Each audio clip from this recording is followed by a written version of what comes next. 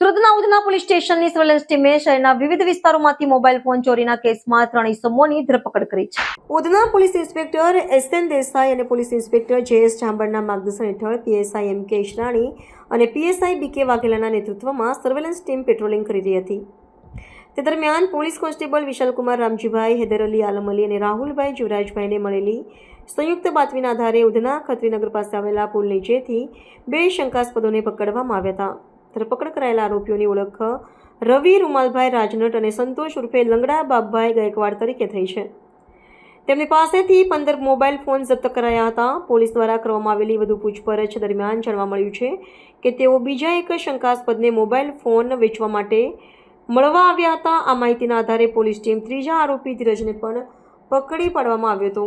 વધુમાં પોલીસે જણાવવા કહ્યું હતું કે ધીરજ નામના આરોપી એર ઇન્ડિયાના ટેકનિકલ મેનેજર તરીકે સુરત એરપોર્ટ ખાતે ફરજ બજાવે છે અને ચોરીના ફોન ખરીદી તેના સ્પેરપાર્ટ કાઢીને વેચાણ કરવાનું તથા IMEI કાઢવાનું કામ કરે છે અને અલગ અલગ સોફ્ટવેરથી મોબાઈલ ફોનના લોક તોડવાની કામ કરે છે.